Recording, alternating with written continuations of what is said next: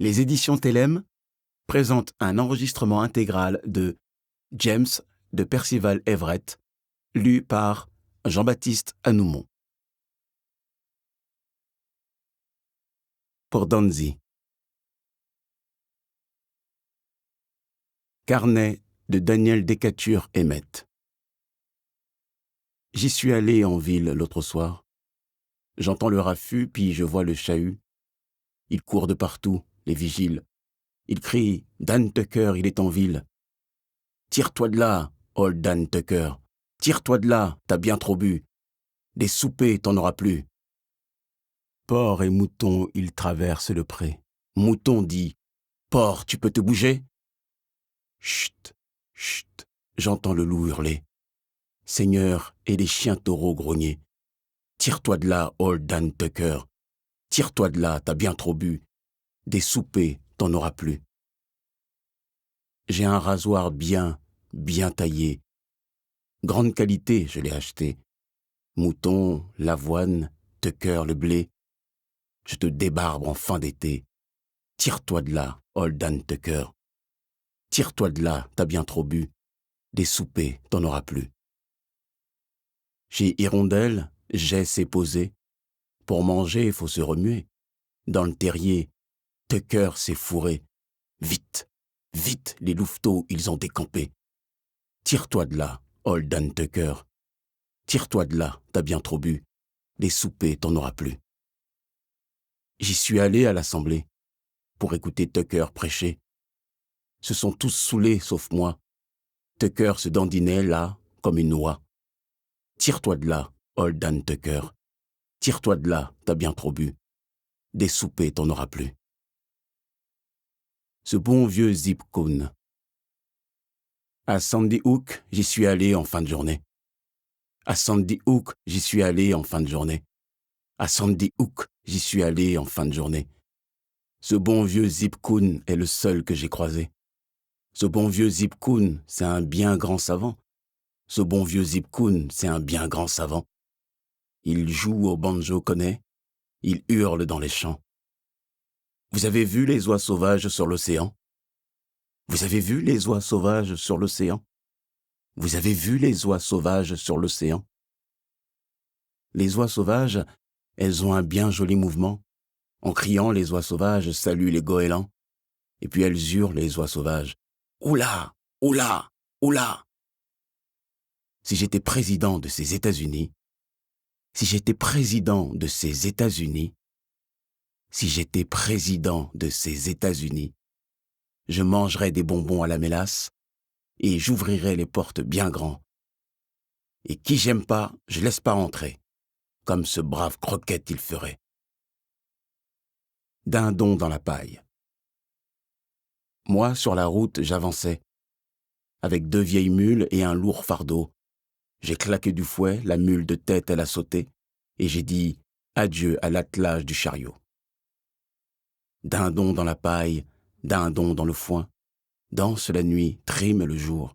Allez, roule, allez, lance bien haut les balles, et chante la chanson Dindon dans la paille. J'y suis allé traire, et je savais pas faire. J'ai trait une chèvre au lieu d'une vache.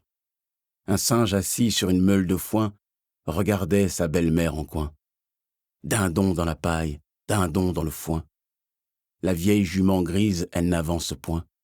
Allez, roule, allez, lance bien haut les balles, et chante la chanson Dindon dans la paille. La mouche bleue. Quand j'étais jeune, mon massage servait, son assiette, ses couverts je lui passais, la bouteille pour qu'il se rince le gosier, et la mouche bleue, moi je chassais. Jimmy broie le maïs et je m'en fiche. Jimmy broie le maïs et je m'en fiche. Jimmy broie le maïs et je m'en fiche. Mon massa, il est parti. Quand il sortait à cheval après déjeuner, moi j'étais derrière avec un balai. Son poney, c'était un vrai peureux. Quand elle était piquée par la grosse mouche bleue. Jimmy broie le maïs et je m'en fiche. Jimmy broie le maïs et je m'en fiche. Jimmy broie le maïs et je m'en fiche. Mon massa, il est parti. Un jour, sur son poney, il se promenait. Avec toutes ces mouches qui grouillaient, l'une d'elles lui a piqué la bouche. Le diable emporte cette mouche. Jimmy broie le maïs et je m'en fiche. Jimmy broie le maïs et je m'en fiche. Jimmy broie le maïs et je m'en fiche. Mon massa, il est parti. Le poney, il a couru, il s'est cabré. Il a jeté massa dans le fossé. Il est mort et les jurés demandent comment ça se peut.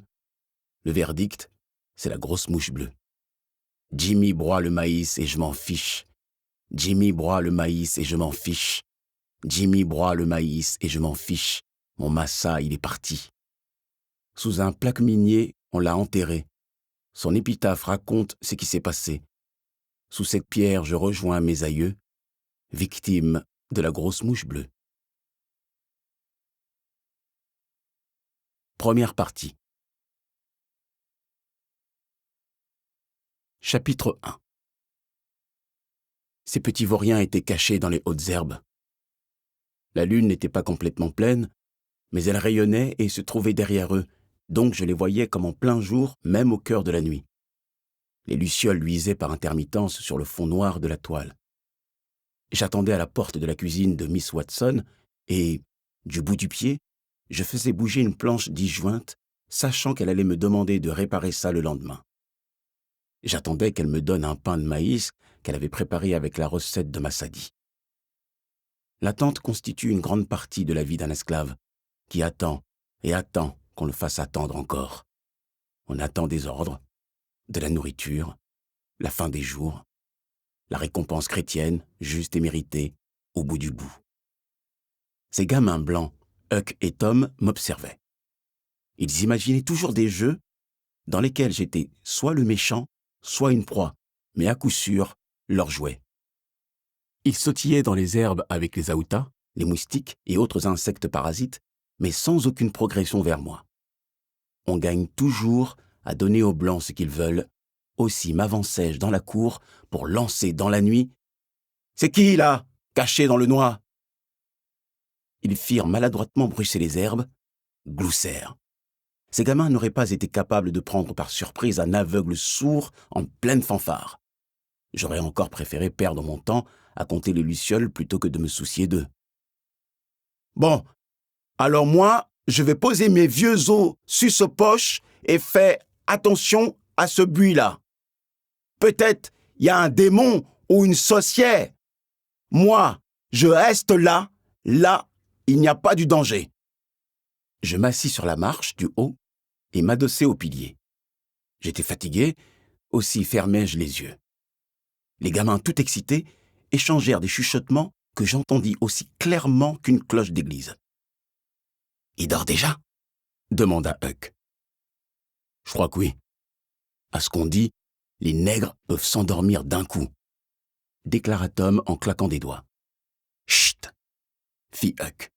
« Et si on l'attachait ? On pourrait l'attacher à ce pilier ou qu'il s'appuie. »« Non, imagine qu'il se réveille et qu'il se met à brailler. Je vais me faire choper dehors alors que je devrais être au lit. »« Ok. Mais tu sais quoi ? Il me faut des bougies. Je vais me glisser dans la cuisine de Miss Watson. Je vais bien en trouver. »« Et si tu réveilles Jim ? » ?»« Je vais réveiller personne. Même le tonnerre peut pas réveiller un nègre. Mais tu sais vraiment rien ? Ni le tonnerre, ni les éclairs, ni un lion qui rugit. Il paraît qu'il y en a un qui est resté endormi pendant un tremblement de terre. »« Ça fait comment un tremblement de terre, à ton avis ? » demanda Huck. « C'est comme quand ton paternel te réveille en pleine nuit. » Les deux gamins essayèrent de s'approcher discrètement, faisant gémir les planches du porche qu'ils franchirent en rampant comme ils pouvaient, puis entrèrent par la porte hollandaise dans la cuisine de Miss Watson. Je les entendis fouiller, ouvrir des placards et des tiroirs. Je gardai les yeux fermés et ignorai un moustique qui atterrit sur mon bras. « Voilà, c'est bon, » fit Tom. « Je vais en prendre que 3. »« Tu peux pas prendre les bougies d'une vieille femme, juste comme ça, » dit Huck. « C'est du vol. Et s'ils accusent Jim ?»« Là, tiens, je laisse un nickel. C'est plus qu'assez. On risque pas de soupçonner un esclave. Où c'est qui pourrait trouver un nickel ? Allez, faut se tirer avant qu'elle se pointe. » Les garçons sortirent sur le porche. Je doute qu'ils aient eu la moindre idée du raffut qu'ils faisaient. « T'aurais dû laisser un message aussi, » dit Huck. « Pas besoin de tout ça, » dit Tom. « Un nickel, ça suffit largement. » Je sentis les yeux du gamin se tourner vers moi. Je restai immobile. « Qu'est-ce que tu fabriques ?» demanda Huck. « Je vais faire une petite blague à ce brave Jim. »« Tu vas le réveiller, c'est tout ce que tu vas faire. Ferme-la. » Tom passa derrière moi et attrapa le bord de mon chapeau au niveau des oreilles. « Tom !» lança Huck d'un ton plaintif. « Chut !» Tom m'ôta mon chapeau. « Je vais juste l'accrocher à ce vieux clou. » « Et ça va faire quoi ? En se réveillant, il va croire que c'est une sorcière qui a fait le coup. Ah, j'aimerais bien être là pour voir ça.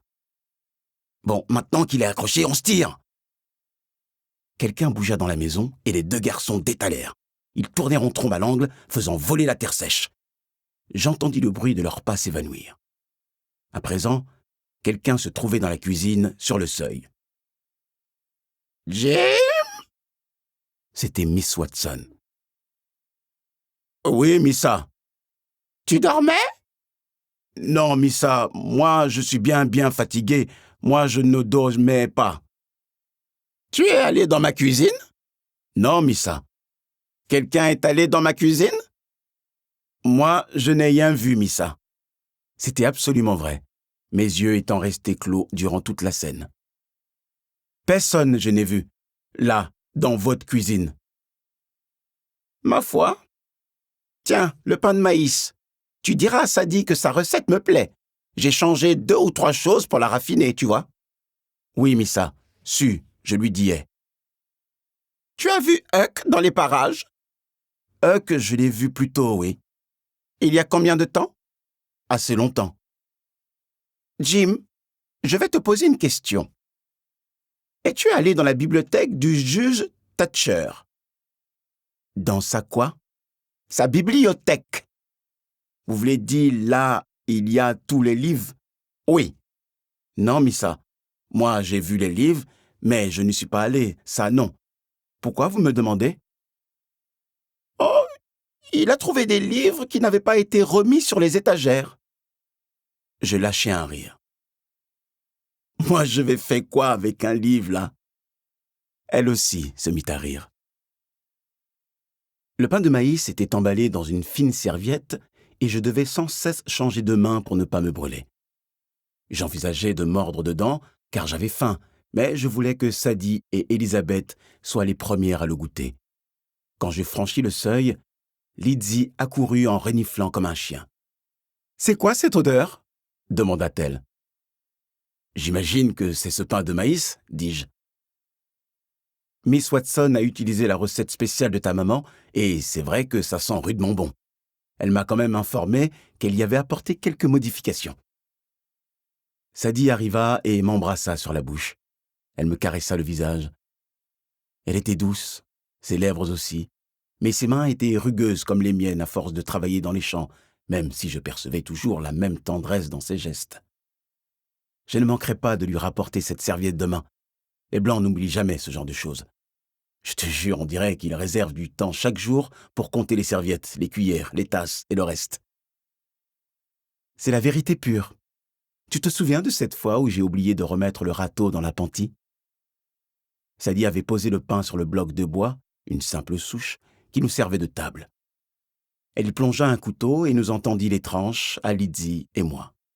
J'en pris une petite bouchée, Lydie également. Nous échangeâmes un regard.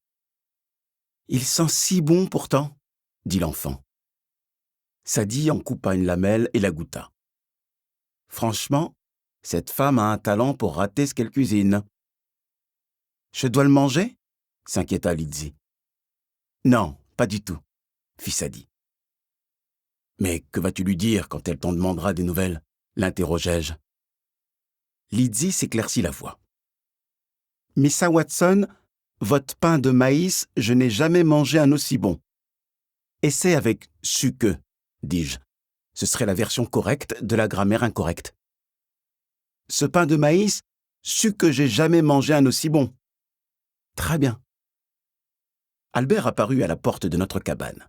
« James, tu viens ?»« J'arrive. » Sadie, ça ne t'embête pas trop ?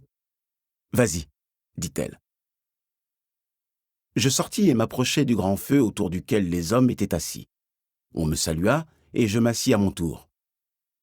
Nous parlâmes un peu de ce qui était arrivé à un fugitif dans une ferme voisine. « Ah ouais, qu'est-ce qu'ils lui ont mis ?» dit Doris.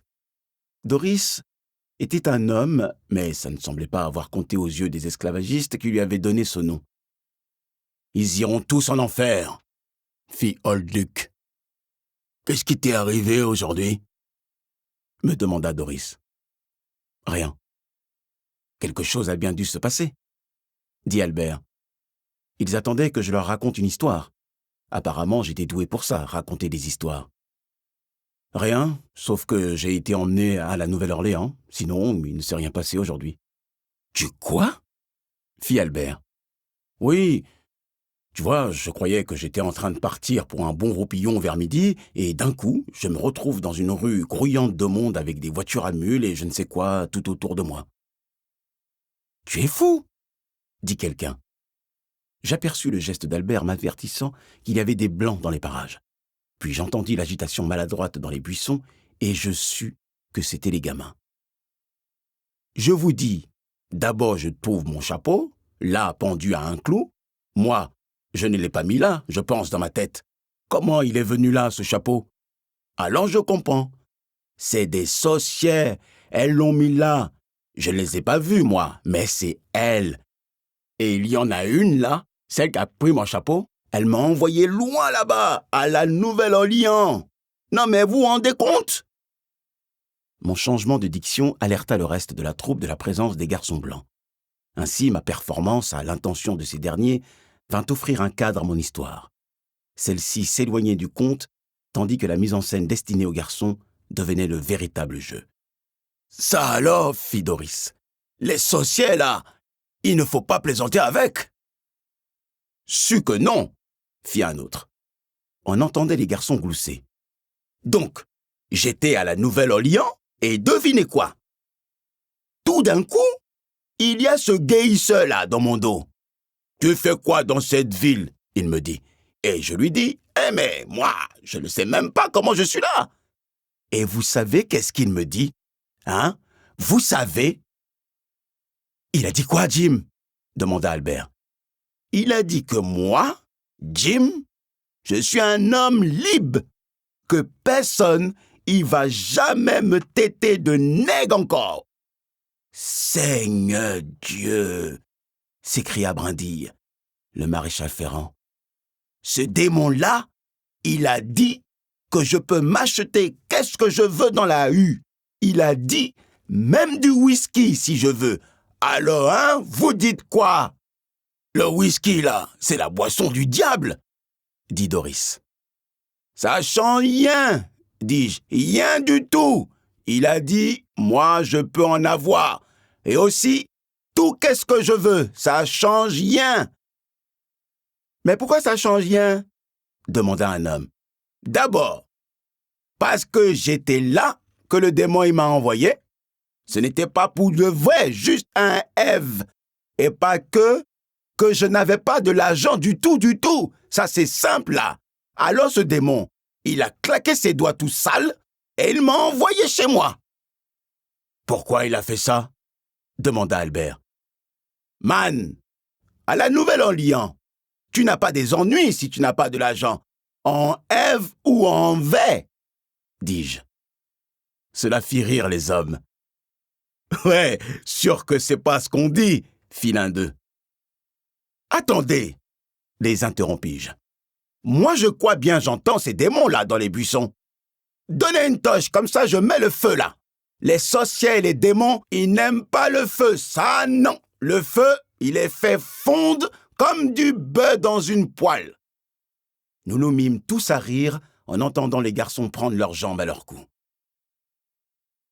Après avoir marché la veille sur ces planches qui craquaient, je savais que Miss Watson allait me les faire reclouer et me dire de réparer la marche disjointe. J'attendis jusqu'en milieu de matinée afin de ne pas réveiller de blancs.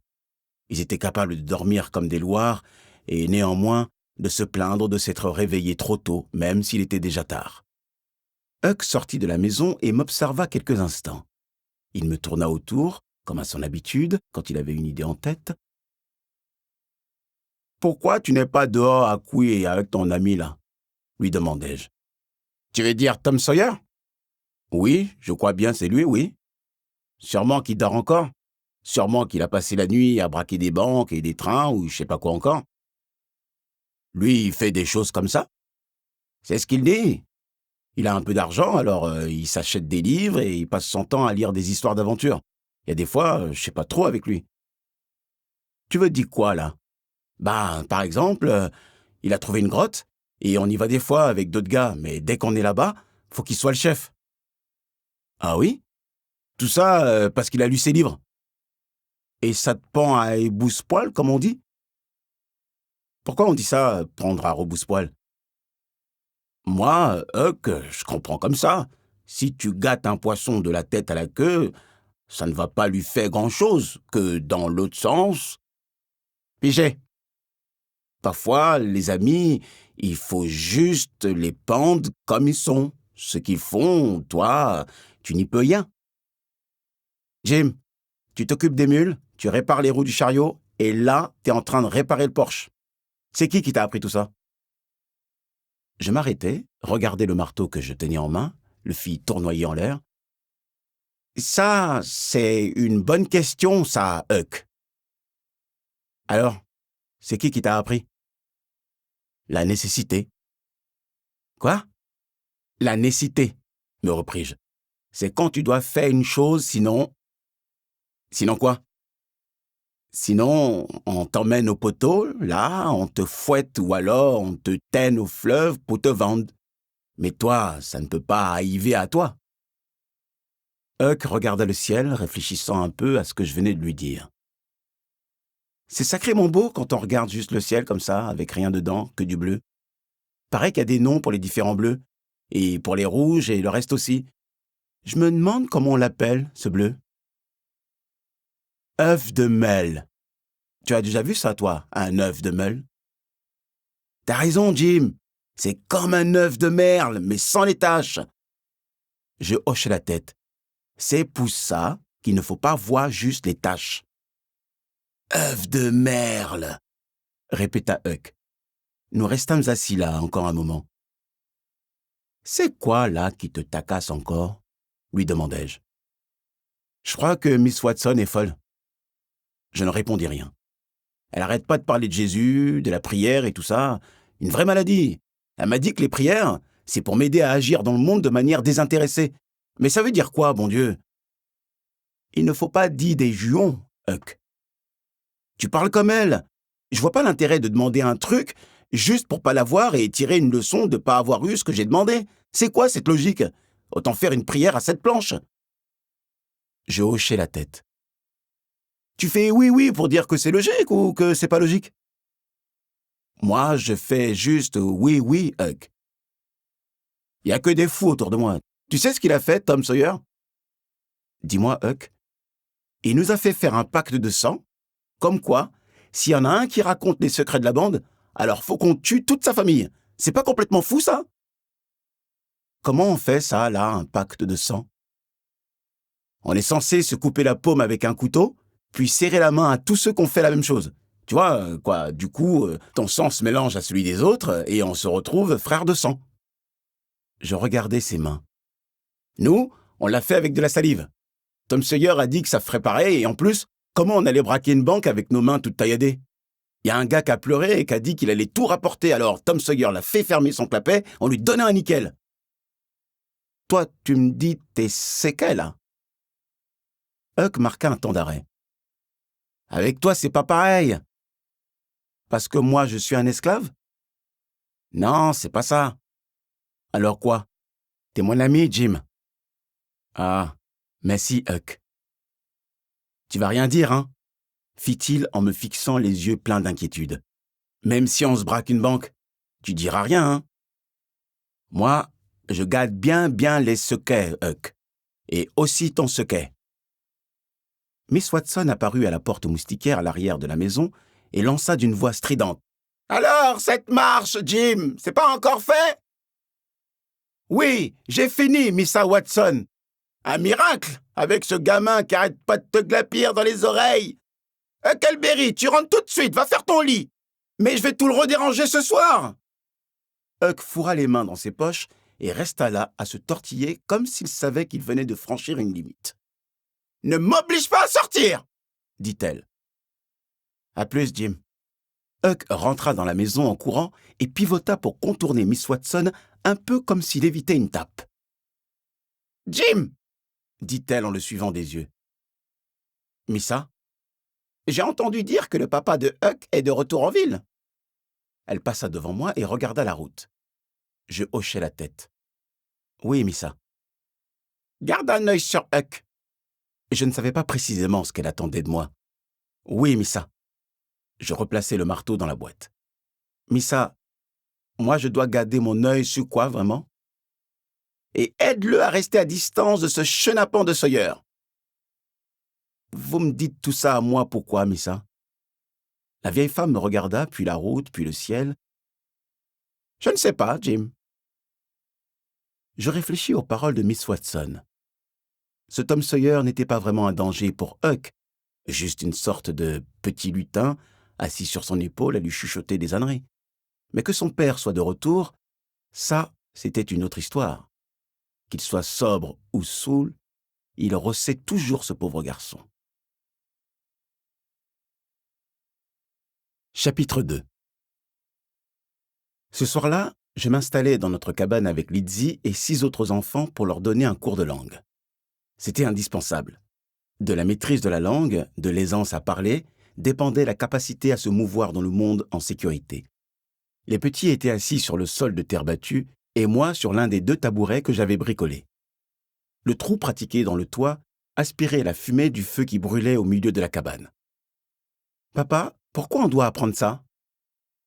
Les Blancs s'attendent à ce que nos paroles sonnent d'une certaine façon et, forcément, mieux vaut ne pas les décevoir. Quand ils se sentent inférieurs, nous sommes les seuls à souffrir. Peut-être devrais-je dire, quand ils ne se sentent pas supérieurs. Donc, prenons un moment pour réviser les bases. « Ne jamais croiser leurs regards », dit un petit garçon. « Tout à fait, Virgile. »« Ne jamais parler en premier », dit une petite fille. « Exact, Février. » Lydie jeta un coup d'œil aux autres enfants, puis se retourna vers moi. « Ne jamais aborder un sujet directement quand on parle à un autre esclave. »« Et comment nomme-t-on cela ?» demandai-je. Ils répondirent en chœur. « Double discours !» Excellent. Ils étaient contents d'eux, et je les laissais savourer ce sentiment. Bon, voyons quelques traductions en situation. Quelque chose d'extrême, pour commencer. Vous marchez dans la rue, et vous voyez que la cuisine de Madame Holliday est en feu. Elle est dans son jardin, dos à la maison, inconsciente de ce qui se passe. Comment la prévenez-vous ? « Au feu, au feu !» dit Janvier. Très direct et presque correct. La plus jeune d'entre eux, Rachel, une fillette grande et mince, âgée de 5 ans, dit « Seigneur Dieu, Missa, vous avez vu ça, là ?» Parfait. Pourquoi est-ce correct ? Lydie leva la main. Parce qu'on doit laisser les Blancs nommer le problème eux-mêmes. Et pourquoi ça ? Parce qu'ils ont besoin de tout savoir avant nous. Parce qu'ils ont besoin de tout nommer, dit Février. Très bien. Vous êtes vraiment très vif aujourd'hui. Maintenant, imaginons qu'il s'agit d'un feu de graisse. Madame Holliday a oublié du bacon sur la cuisinière. Elle s'apprête à jeter de l'eau dessus. Que dites-vous, Rachel ? Rachel marqua une pause. « Mais ça, l'eau là, ça va faire encore pire !» C'est vrai, bien sûr. Mais quel est le problème de cette phrase ? Tu lui dis qu'elle ne fait pas ce qu'il faut, dit Virgile. J'acquiesçai. Donc, qu'est-ce qu'il faudrait dire ? Lydie leva les yeux au plafond et parla tout en finissant de réfléchir. Voudriez-vous que j'apporte du sable ? L'approche est correcte, mais tu as oublié de traduire. Elle hocha la tête. Oh, Seigneur Dieu, Missa, vous voulez moi je cherche du sable là ? Bien. C'est dur à dire, je cherche. C'était Gloire, la plus âgée. Tout sèche. C'est vrai. Et ce n'est pas grave de buter dessus. En fait, c'est même bien. Vous voulez, moi, je cherche du sable, Missa Holliday ? Et s'ils ne comprennent pas ? Demanda Lydie. Ce n'est pas grave. Qu'ils se donnent donc un peu de mal pour vous comprendre. Marmonnez de temps en temps pour qu'ils aient la satisfaction de vous dire de ne pas marmonner. Ça leur plaît de vous corriger et de penser que vous êtes stupide. N'oubliez pas, plus ils décident de ne pas vouloir écouter, plus nous sommes libres de nous parler devant eux. Pourquoi Dieu a fait les choses comme ça ? Demanda Rachel. Eux les maîtres et nous les esclaves. Il n'y a pas de Dieu, mon enfant. Il y a la religion, mais leur Dieu n'existe pas. Leur religion leur dit que nous aurons notre récompense à la fin. Cependant, elle ne dit rien de leur punition apparemment. Mais en leur présence, nous croyons en Dieu. Seigneur Dieu, nous on est croyants, ça oui. La religion n'est qu'un instrument de pouvoir dont ils se servent et auquel ils adhèrent quand ça les arrange. Il doit bien y avoir quelque chose, fit Virgile. Je suis désolé, Virgile. Tu pourrais avoir raison. Il pourrait y avoir une puissance supérieure, mais ce n'est pas leur Dieu blanc, mes enfants. Néanmoins, plus on parle de Dieu et de Jésus, du ciel et de l'enfer, mieux ils se sentent. Les enfants déclarèrent en chœur « Et mieux ils se sentent, plus on est tranquille. » Février, traduit ça.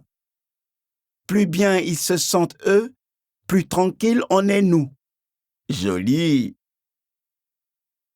Huck me trouva en train de transbahuter des sacs d'aliments pour volailles de la charrette jusqu'à l'appentis derrière la maison de la veuve Douglas. Il réfléchissait intensément et je voyais qu'il voulait parler. « C'est quoi tu penses là, Huck ?»« Je pense aux prières. »« Tu pries ?»« Ah oui, messieurs. Moi, tout le temps, je prie. »« Tu pries pour qui ?»« Pour beaucoup de choses, moi, je prie.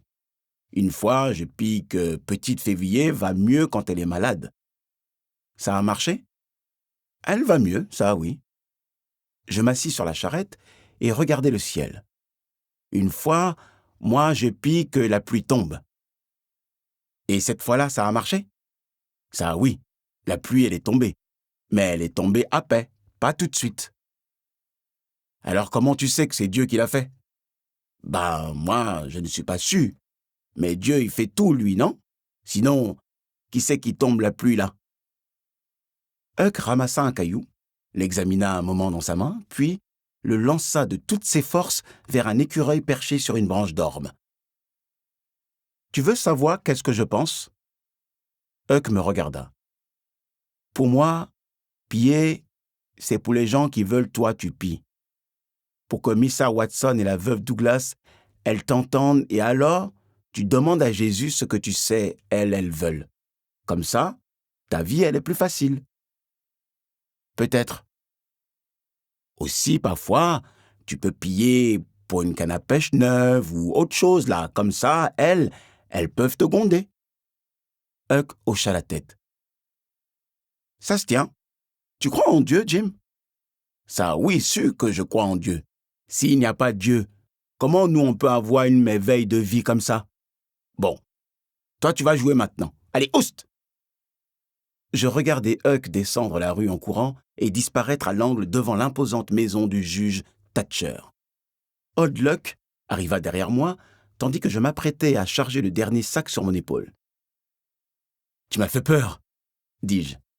« Désolé. » D'un bond, il posa son petit corps sur le plateau de la charrette. « Qu'est-ce qu'il voulait, ce crétin ? » « Oh, lui, c'est pas un mauvais bougre. Il essaie juste d'y comprendre quelque chose, comme nous autres, je suppose. » « T'as entendu parler de ce frère qui s'appelle Macintosh à Saint-Louis ?» Je fis non de la tête. Un homme libre, le teint clair comme toi. Il s'est trouvé pris dans une bagarre sur les quais. 2 hommes du shérif sont venus et l'ont embarqué. Il a demandé ce qu'ils allaient lui faire pour s'être battu. L'un des 2 lui a dit qu'ils allaient sûrement le pendre. Le frère l'a cru. Pourquoi il l'aurait pas cru ? Il a sorti son couteau et les a plantés tous les 2. Un blanc s'approcha et, pour une raison ou pour une autre, se mit à examiner le cheval attelé à la charrette. Luc se tut. Nous nous efforçâmes de ne pas croiser son regard. Comme il nous avait trouvés en train de parler, il fallait poursuivre. « Continue, » dis-je à Luc. « Oui. Donc, le singe avec la grosse bouche, il marche sur la route comme Lucifer sous son balai. Et ces gars-là, ils le suivent tout paix. Ils sont collés sur lui comme des bulles sur un savon, là. » Je hochai la tête. « Hey !» cria l'homme blanc. « Monsieur ?» dis-je. « Il est à Miss Watson, ce cheval ?» Ça, non. La charrette, elle est à Missa Watson. Le cheval, il est à la veuve Douglas. Tu penses qu'elles veulent vendre? Moi, je peux pas savoir ça. Demande-lui quand tu la verras. Oui, monsieur. Su que moi je demande. L'homme regarda le cheval encore une fois, écarta les lèvres de l'animal avec ses doigts, puis s'éloigna. Qu'est-ce qu'il pourrait bien faire d'un cheval, cet imbécile? Il y connaît rien, dit Luc. Cette bête a 100 ans et peut à peine tirer la charrette quand elle est vide et sèche. Les Blancs adorent acheter des choses, dit Luc. Bon alors, qu'est-ce qui est arrivé à Macintosh? Ils l'ont rattrapé et enchaîné à un arbre. Ils ont empilé des bâtons à ses pieds et l'ont brûlé vif. Il paraît qu'il hurlait qu'on l'abatte. Les hommes beuglaient qu'il descendrait le premier qui tenterait de le libérer de ses souffrances. J'étais horrifié, mais ce récit n'était guère différent de nombreux autres que j'avais entendus. Néanmoins, la journée me paraissait plus étouffante et je me rendis compte que j'étais tout collant de sueur. « C'est une mort abominable, dis-je. »« J'imagine qu'il n'y en a pas de bonne, » fit Luc. « Ça, je ne sais pas. »« Qu'est-ce que tu veux dire ?»« Je veux dire, oui, on va mourir. Mais peut-être que toutes les manières de mourir ne sont pas mauvaises. Peut-être qu'il y en a une qui pourrait me satisfaire. »« Tu débloques. » Je lâchai un rire. Luc secoua la tête. « Et ce n'est pas le pire. Des gens de couleur meurent tous les jours, tu le sais bien. Le pire, c'est que le juge a dit au grand jury que c'était l'acte d'une multitude et qu'on ne pouvait donc demander aucune inculpation. Autrement dit, s'ils sont assez nombreux à participer, c'est pas un crime. »« Seigneur Dieu, dis-je, l'esclavage. » Tu l'as dit. S'ils sont assez à te tuer, ils sont innocents. Devine comment s'appelait le juge? J'attendis. Laolès. Sans loi. Tu crois qu'on ira un jour dans un endroit comme Saint-Louis ou la Nouvelle-Orléans? Lui demandai-je. Qu'on nous va au ciel, ça oui, fit-il avec un clin d'œil. Nous nous mîmes à rire, mais à cet instant repérâmes un blanc plus loin sur la route.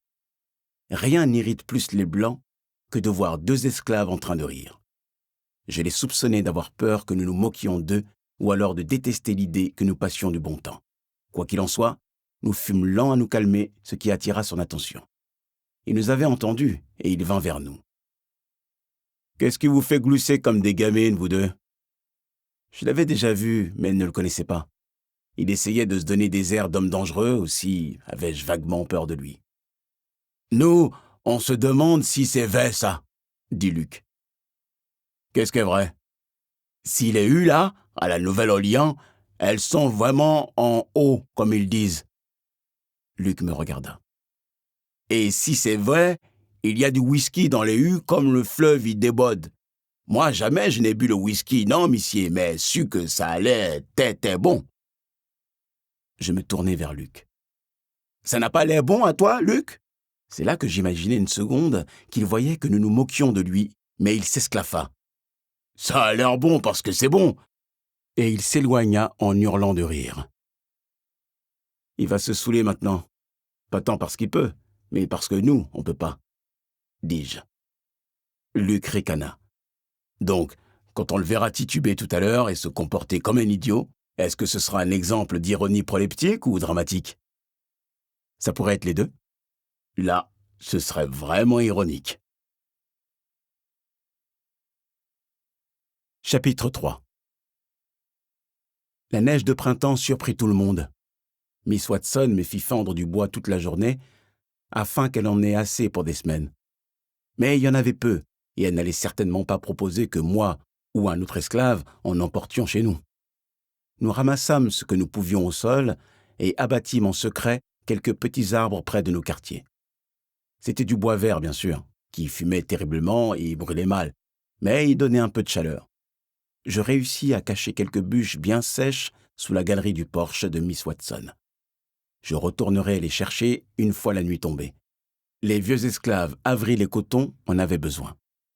D'aucuns auraient pu appeler ça du vol. Moi aussi, et cela ne me préoccupait pas plus que ça. « Sacré paquet de bois !» dit Huck, me faisant sursauter.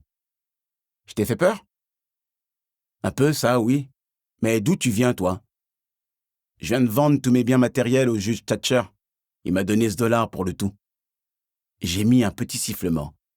$1 entier? Je ne savais pas que tu avais tout ça, toi. Je me remis à fendre du bois et surpris Huck les yeux rivés sur moi.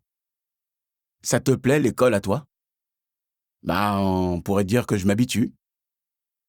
Moi, j'aimais bien apprendre un peu. Je fendis 2 ou 3 bûches de plus. Tu sais, t'es pas bien plus noir que moi, hein? Je suis assez noir comme ça, là. Comment ça se fait que t'es esclave? Parce que ma maman, elle était esclave.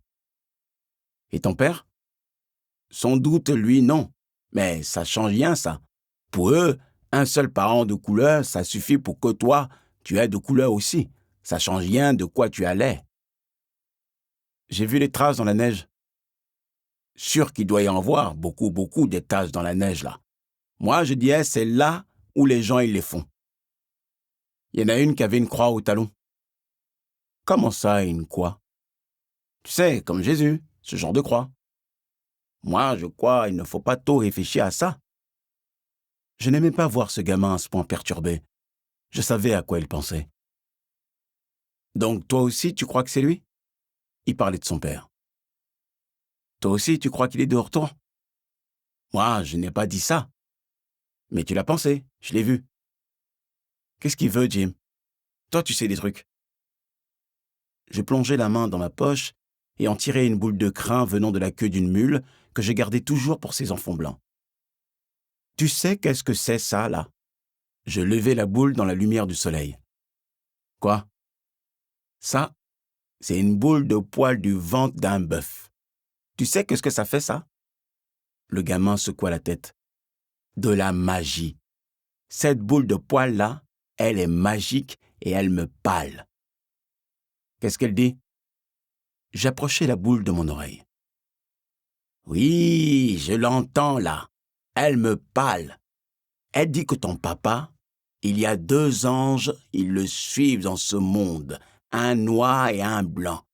Et les 2, ils lui disent le contraire. Il y en a un mauvais et il y en a un bon. Et lui, il ne sait pas c'est lequel il va gagner.